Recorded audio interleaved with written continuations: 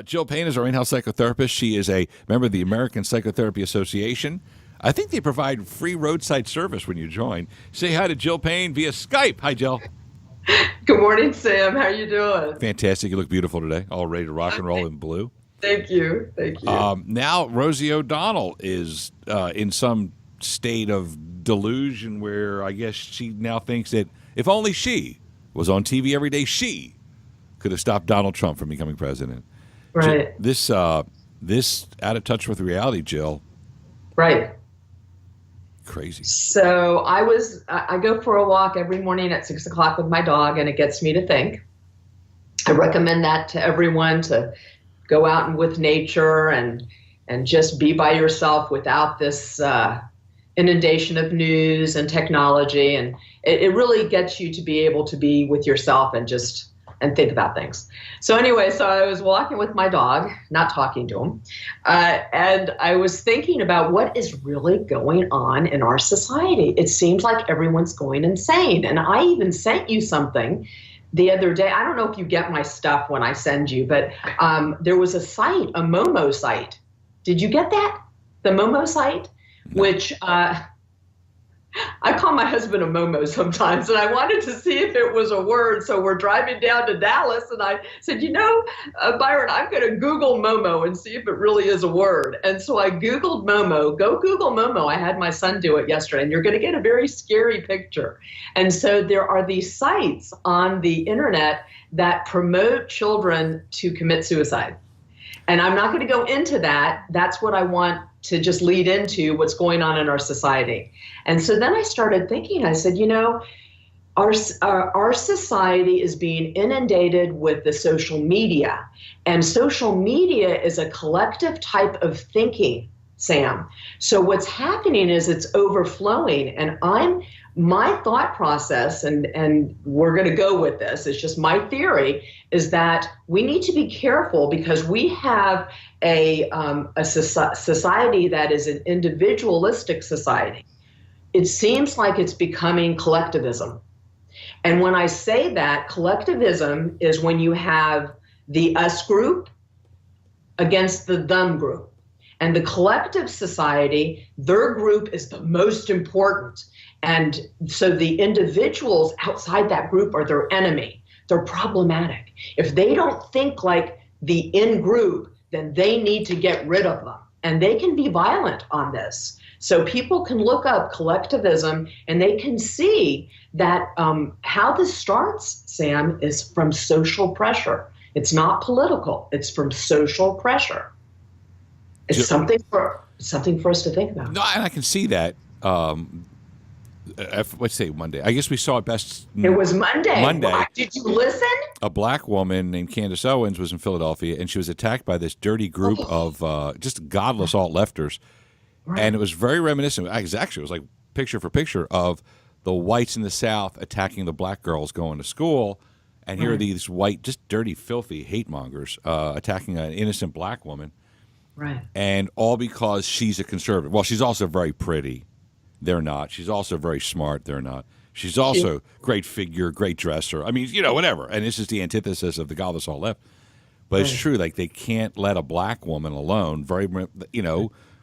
What's next? Bombings down there? Cross burnings? I mean, what's next against an innocent black woman in the South, or to the North or wherever she can be next week? All because she thinks differently than they do. Right. Because this is a threat to their group. So therefore, they can become violent, and this is what's going on. I was really thinking about it, and some people were diagnosing them with this, and it's a social pressure that's going on. Remember we talked about the group think with the football players taking the kneel. Not everybody wanted to do that, but it was a group think. So then if one person did it, then everybody did it. So we have Maxine Waters getting out there, and she is thought and respected by some, maybe not by me because of what she said. I don't respect people that want violence. I don't respect that. Let me ask you, they're telling me to get to the break. When we come back, I want to ask you, you brought up Maxine Waters. And this is really her fault. A lot of the violence lays right at her feet, and she's kind of stuck with it now. Although the dark souls in the media, those affected by Satan, have She gave people permission to do it. But they've taken a vow not to report it. They've also taken a vow not to report the Candace Owens stories or other attacks. Really? Yeah, there's a lot of responsibility. When do they stand up and go, knock it off? You're noticing Pelosi and Schumer, they're not saying to these demented people, these hate mongers, stop attacking innocent black women, white people surrounding a black woman. Anyway, let me get to the break. Let me get back to my in-house psychotherapist, Jill Payne. We're the only morning show in America that has one. You can, we first said, we should have a psychotherapist. There's always people around us like, really? Why would you do that every week on the radio? I'm like, really? Just wait to see how the godless alt-left falls to pieces before our very eyes. Attacking and surrounding and threatening a beautiful black woman in my hometown of Philadelphia is an excellent chance. Banning a homosexual from speaking at Berkeley and smashing the windows and the stores and looting and burning. The fire set on Inauguration Day and the smashing and looting and the burning, like from Chicago to Portland, and burning of cars by the godless alt-left. You need one. Jill Payne is our in-house psychotherapist. All right, let me get back. So, beautiful black woman surrounded by a racist, hate-filled, godless people that are all white. By the way, Candace Owens' story, she was surrounded by black Philadelphia police officers protecting a black woman. Very reminiscent of the Southern Democrats, the Klan, the South. But anyway, this is what Maxine Waters wanted on the godless alt-left, is a black woman who was attacked, and she hasn't said, stop it. But come on, if it was white Republicans surrounding a black liberal, they'd be crazy. The story, CNN and CBS News, they don't want to deal with it. They don't want to peel the onion. Sooner or later, Jill, in their minds, they got to know this is horrible behavior by the left. What stops them from speaking the truth? So when you have what is called collective behavior, you no longer are thinking as an individual. You are thinking as a group. So if you want to survive in a group and your group is doing something, the majority of the group is doing something, you want to fit in. We as humans want to fit in. So this is, again, that social pressure that's going on. And the social pressure is to get the conservatives any way that you can do it.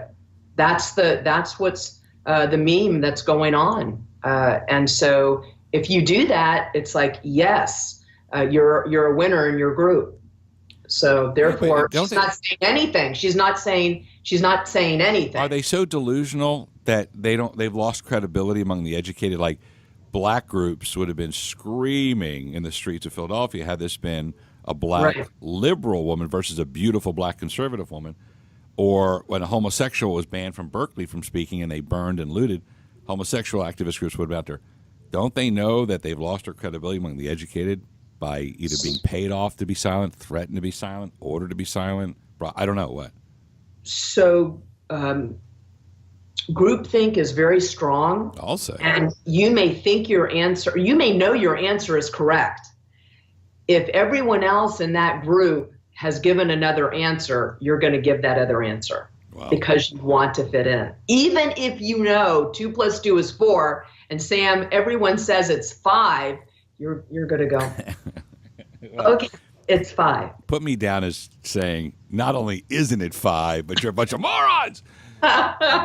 So humans are very interesting, and we're very malleable. And I was talking to my husband, and I think that there's something called thought reform, which is brainwashing. And you've heard it done in cults and different societies. And so I'm telling you, this is a fear of mine that we're becoming collectivism as a society, and we're also brainwashing, just like those kids, brainwashing them to think that they don't deserve to live. I mean, yeah, and by the way, okay, so you were talking about, I checked it real quick, and Jill is talking about, I think it started overseas, though, in Europe. Yes, it did. Russia had a site that they took off because they said that they knew of 120-something kids that committed suicide over it. Isn't that amazing? And then, like, the whole chapter of cyberbullying, and then this pro-suicide movement where they tell you to kill yourself or something like that. Goosebumps. Which is, I was a baby in the 60s and 70s. Right. So the thought of that is unheard of. Like in the 70s, when I was a little tiny boy, the thought of somebody going to kill yourself, like, first of all, like my dad and his Teamster buddies would have killed that guy for even bringing it up. But today, because kids are isolated from their parents online, they're up in their room or they're someplace where the parents can't see what they're doing. Exactly. So the peer pressure and the cyberbullying is incredible. Right. It goes back, I told you I was bullied. I was in ninth grade and this 12th grader punched me and bullied me. And I waited for him after school. And as soon as he came around the corner, I jumped on him and started kicking his ass. I only got like 3 punches in because he beat me up. But he stood down because he thought I was crazy. I was a little ninth grader, got 3 shots into his head, and then he came after me. But I had a chance to respond. That's not funny. I'm sorry. No. But I'm barely 5'10". This greaseball was like 6'3". That's not I funny. got 3 shots on his head, and then he turned around just like pummeling me, and teachers started running and kids. But he never did it again because you could deal with it that way. Right. You could take someone out, and justly so. But with cyberbullying, these kids are like attacked by 50 or 100 kids online, right, 24/7, and you can really see they can't defend themselves. They can't, right, take out the bully, so to speak. So just real quick on these sites. Well, you're laughing because I know I'm probably going. Anyway, to me, it seems and appears that they've taken over the parent figure and are abusive type of adult figures. So they abuse these children and they slowly beat them down, Sam. It was very interesting when I was reading about it. Very sad and very interesting. And so we just need to be conscious of this, and this anger, we just need to start continuing to speak up and say, hey, listen, we are individuals and we all have a right to our thoughts. I think those who embrace God's word can easily say that. And you look at the people who are causing all the violence, those who turn their back on God's word, right, going to be a little harder to get through to them, because those who are pro-life, pro-God, pro-family, pro-marriage can have that conversation. I think when you turn your back on the Almighty, like the ones who went after the black woman in Philly, right, I think it's really hard to sit there and say we need to have difference of opinion, because I don't think they've cracked a Bible open since the day they were born. So we need to do that not with the people that are really angry. That's why I'm working with the kids. I'm starting to go to colleges. The adults, I'm not going to say they're hopeless. I'm just going to say that when people get to be so angry and they're furious, you're correct, Sam, you cannot get through to them. There are these kids that are malleable, and listening to all this inundation of negativity on the internet and the news, and those are the people that we need to really talk to. The ones that are, right. Got it. Our good friend Jill Payne, in-house psychotherapist, and that's why, America, we have one every Wednesday like her. Thanks for stopping by. Have a blessed day. You too. How about it?